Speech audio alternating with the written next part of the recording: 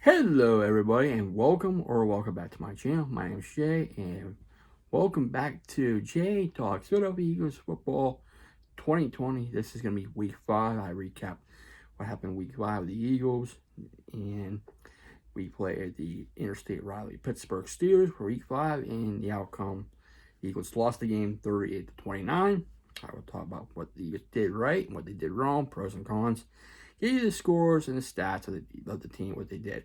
So, my thoughts of the game. So, let's get to it.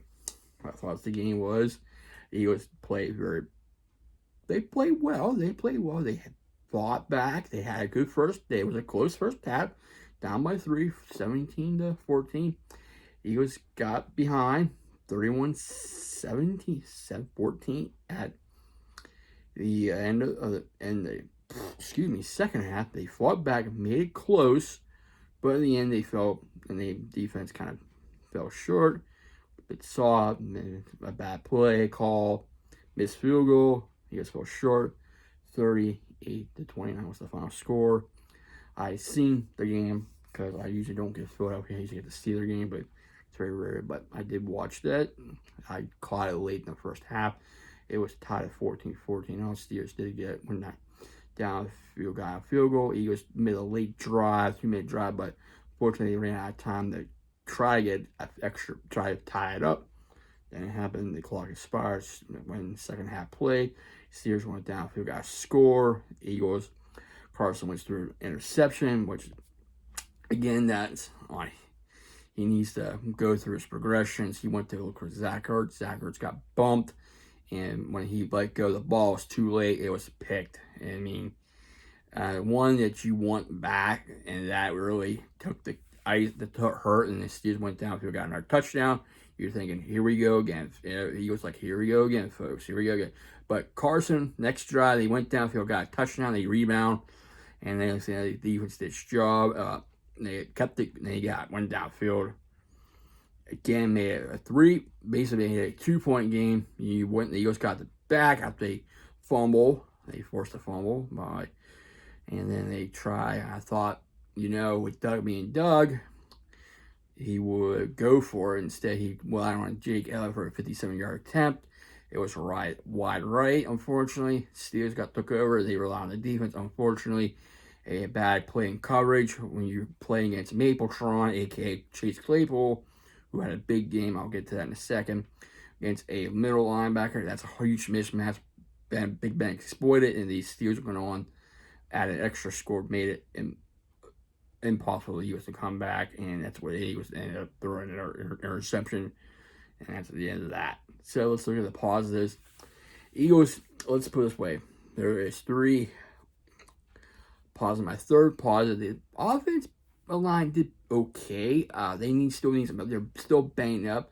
They gave up 5 sacks to Carson. They didn't help him that much. And Carson Wentz did play better, but he still had 2 turnovers in the game. So as a tie right there, it's between the offensive line and the Carson Wentz play. So that's good. That number 2, Miles Sanders had a pretty good game. He did break the first touch he had. He broke it at a 70-yard. I believe it was let me check here, make sure I'm saying this right. I believe it's over 70. Was it 75-yard or over 75-yard run, which is very rarely against the Steelers. It was a 74-yard run for a score, which is, you don't see that. After he broke that run, the Steelers defense did its job in containing him.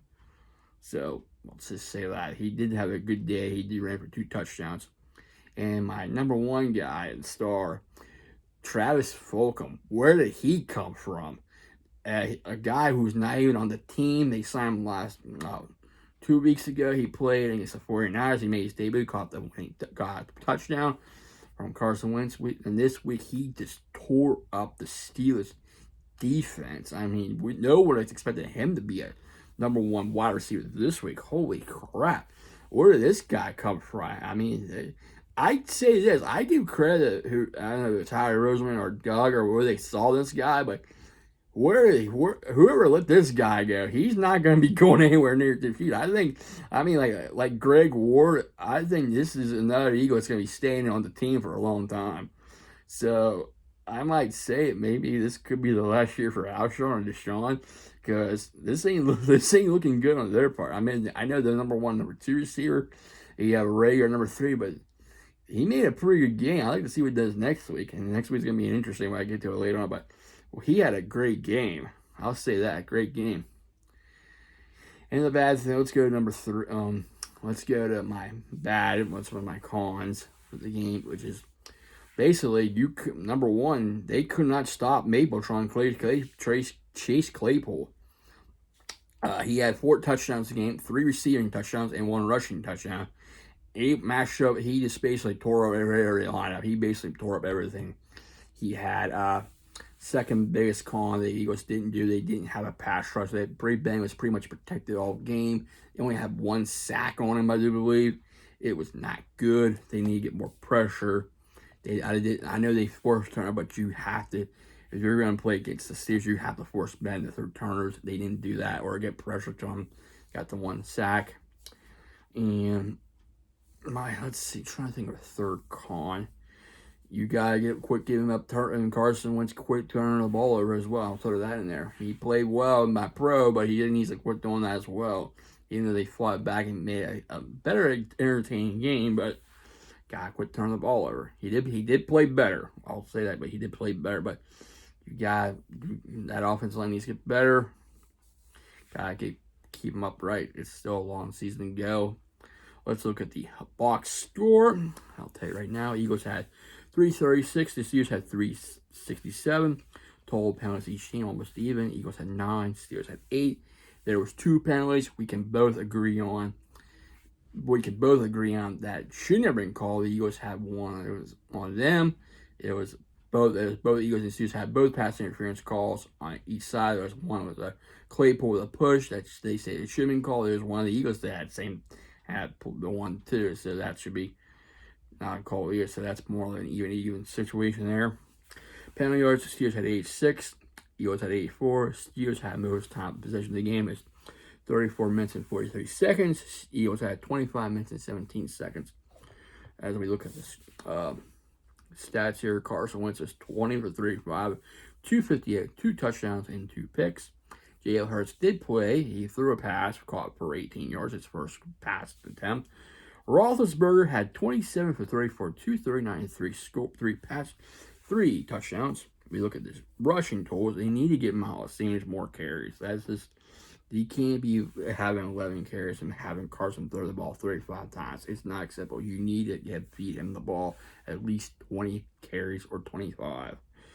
11 attempts, 80 yards. He broke a big one. 2 rushing touchdowns. He had a pretty good day. He had a pretty good day, but I like to see him get more attempts. Carson Wentz ran for 4 attempts for 11 yards. But Austin Scott 1 attempt for 3. Steelers, McLeod, 2 attempts, 63 yards, 58. James Conner, 15 attempts, 44 yards, 1 touchdown. Benny Snell had 7 attempts, 19 yards. Claypool, 3 for 6, 3 attempts, 6 yards, and 1 touchdown. McFarland, 3 attempts, 6 yards, no touchdown. Roethlisberger ran twice and lost 2 for basically. We go to the receiving. Travis Fulgham, out of nowhere. I mean, basically, Travis Fulgham and Claypool was basically the stars of the game. Let's say that. 10 catches, 152 yards, and 1 touchdown. J.J. Whiteside, 1 catch, 37 yards. Greg Rowe with 4 catches, 26 yards. Miles Sanders with 2 catches, 19 yards. I believe it's Richard Rogers, if I'm not mistaken. 1 catch, 18 yards. Hightower, 2 catches, and 18 yards. And Zach Ertz with only a catch. That's another disappointment right there. Zach Ertz is not even getting any catches. There's something going on right there between those two. Usually Carson's looking for Zach Ertz as a security man, and he's not doing much. But if he's relying on a catch, there's some big issue. I think it's probably the contract issue because Ertz is looking for extension. Eagles said no. Him and Howie Roseman's going at it with each other. I heard they had an argument practice. It ain't good. I expect maybe Ertz will be dealt with. If Roseman's not dealt with, Ertz will be dealt with. He'll probably go to a team. He'll probably get some player. Because I heard rumors a couple years ago, they were trying to shop Ertz for Julio Jones. I don't see that happening, but I see him probably not be in an Eagle uniform. Maybe next year I'll be shocked if he is in an Eagle uniform, but I don't know if way Howie Roseman is. Either I'd say Howie Roseman is on the hot seat. I'll say that. Doug Pearson, if next year you might be on the hot seat as well, but we'll have to wait and see. And we go to the Steelers side. Chase Claypool with 7 catches, 110 yards, 3 touchdowns. Eric Ebron with 5 catches, 43 yards. He did have a fumble in the game, though. He did caught it and lost it.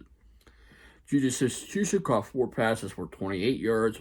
Washington would caught 3 for 25. Caught 3 for 19. McLeod caught 3 for 212. And McDonald caught 1 catch for 4. And D. Johnson caught 1 for -2. All right, now we'll go to the scoring summary. I can tell you right now, it was competitive. I thought last time the Steelers got Carson through the turnover, it was like, here we go again. But he bounced back, got close, but thought the Eagles would go for it. Doug says, we're going to try kicking a 57-yard field goal. You think Jake L will make it, but I say don't trust kickers nowadays. He would have made, but it went right. A little bit to the missed it to the right. So Steelers with Chase Claypool started scoring. It was a 2-yard touchdown run. The Eagles answered back with a 74-yard Miles Sanders run, which you don't see often with the Steelers. Give up big runs. Claypool caught a 32-yard pass for touchdown, made it 14-7. Miles Sanders answered back with a score, tied it up, and Boswell with a field goal late in the game. Late in the first half. The second half, third quarter, Claypool caught another pass from Ross, made it 24-10. The Eagles turned the ball over, made it 31-14 with a corner touchdown. Eagles answered back with a Ward 8-yard touchdown, made it 31-22. Eagles did get another touchdown with Fulcom, made it 31-29, and the Steelers put the icing after the missed field goal. And I think it was third down. That's when they had the linebacker do rally against Chase Claypool with a huge mismatch. I don't know what Jim George was thinking, but that's no, you don't do that. You don't do that. You gotta put a quarter on or a safety. You don't put a linebacker out there unless you're watching the quarterback, which is a huge no. So, congratulations to the Steelers on the victory. Eagles need to bounce back, and they have to win next week's game. If they don't, it's pretty much I don't think they're gonna make playoffs. I know they're banged up with the offensive line being banged up. I mean, the wide receivers are banged up and stuff like that, but this is not the Eagles team we expect to see. But, all right, then. Now we go to the next preview, my Week 6 game. It's between the Eagles and Baltimore Ravens. The Eagles, I believe, they go back home at the Lincoln Financial Field. It's kind of obvious. I'll give you the 3 pointers for the Eagles. The Eagles gotta feed Miles Sanders the ball. He cannot have less than 11 attempts. Carson Wentz, you have to not turn the ball over. Can we have one game where you don't turn the ball over at least one time? That's all I gotta say about that. Offensive line's got to do a better job keeping him upright. Cannot give up sacks. Defense need to get more pressure on the quarterback, and especially against Lamar Jackson, it's gonna be that hard. Have him beat you with his arm, not his legs. He's basically like Michael Vick. Like Michael Vick when he was here with Philadelphia. He could beat you with his arm and his legs. Let's contain him, make him throw. That's all. If we could contain him, we could have a chance.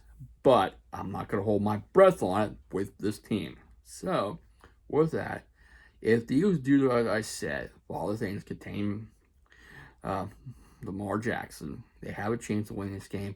I would say a 28-20 victory. If not, it will be a 20-20 Baltimore victory.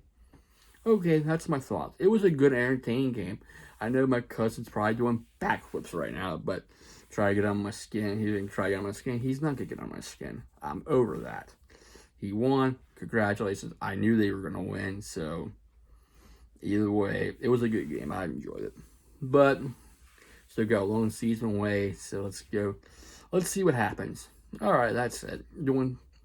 That's it with me talking about the Eagles week 5 and going to week 6. I hope everybody's safe and wonderful on Monday. Please leave a like, comment, and subscribe.